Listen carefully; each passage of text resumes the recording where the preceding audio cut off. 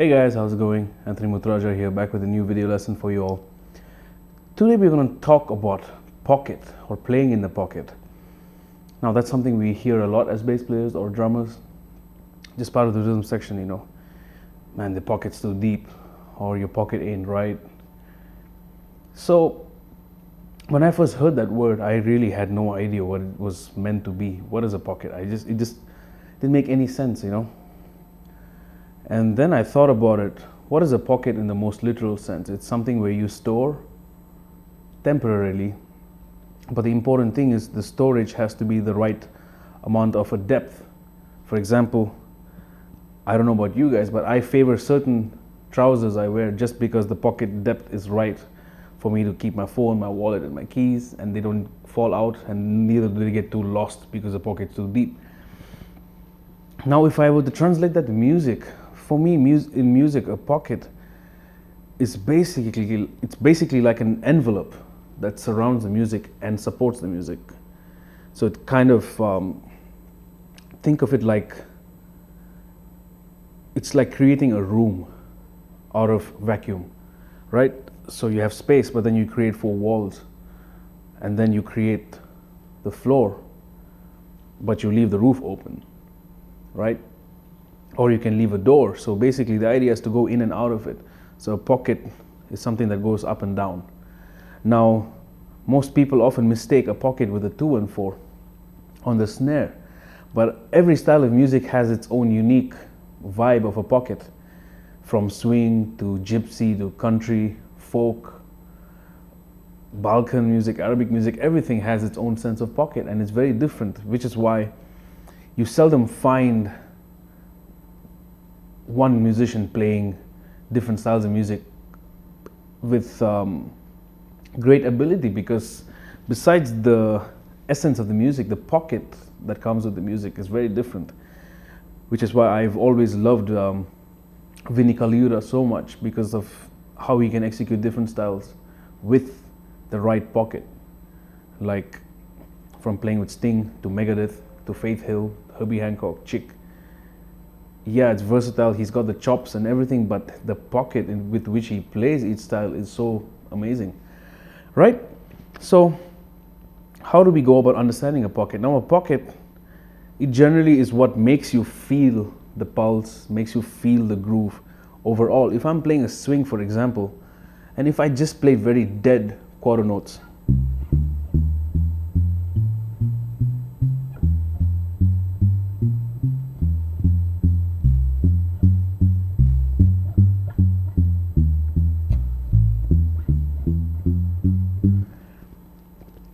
right? Now, if I add a little pocket to it, it'll start to groove by itself.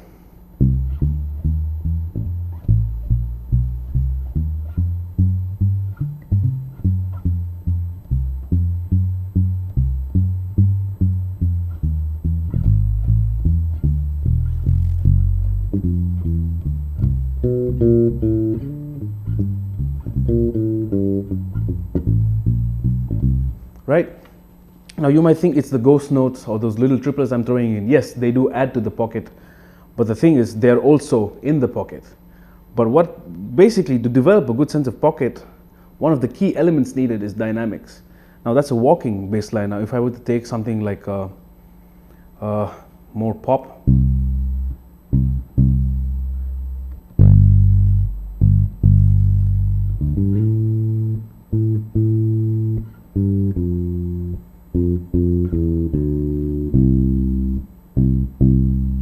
right? So it's like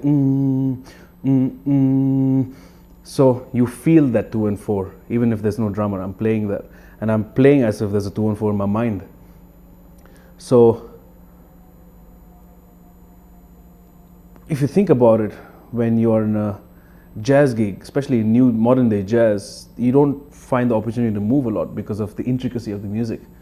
So, which brings me to the second point of the dynamics. Usually the simpler your parts are as a band, the more pocket there is, because there's a lot of space for people to breathe and just vibe off of, because it really makes you move. All right? Now, if you ever see a heavy metal band or a rock band, you often see people headbanging, and that's because of the groove, yes, but the groove is so in the pocket that you see everybody in sync headbanging, or you know, the whole mosh pit. Like, there's a synchronization to it because of how the band is enveloped together in a pocket. All right, so one of the other things that I did to really develop my sense of hearing pocket is to check out bands with different musicians filling in, especially drums and bass. Like Toto, for example. Listen to Toto with Jeff Porcaro, then with Simon Phillips, and briefly Keith Carlock played, and now I'm not sure who's on drums. All right, and their bass players have changed over the years too. They play this, you can hear them play the same songs, but it sounds a little different. And that's usually not just the sound or the way the guy approaches the groove or anything, is just the vibe of the pocket that each player comes with. Porcaro's pocket, in my opinion, is a little deeper than Simon Phillips.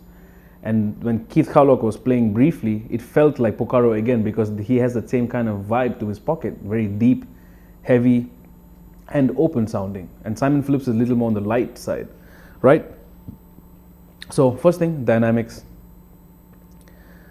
Second thing, keeping it simple for the most part. And the third thing is to listen to different bands playing the same songs with different musicians. All right, so that really helps you understand what an actual pocket is. All right, if I were to point out some drummers who I like for their pocket, right off the back of my mind, Jeff Porcaro, Steve Gadd, Bernard Purdie, David Garibaldi, Max Roach, Elvin Jones. Now, Elvin Jones, to me, in the jazz and the swing stuff, I really loved his pocket. Just that swing made you bounce, it made you move. You feel like jumping. So that's what a pocket is supposed to do. It's supposed to make you move. All right? Because essentially, there are only so many things that separate one musician from another. Right? So it's these little nuances that really make those huge differences for me personally. All right, so I don't want to chat too much. I hope you got something out of this, and I'll see you guys in the shed. Peace.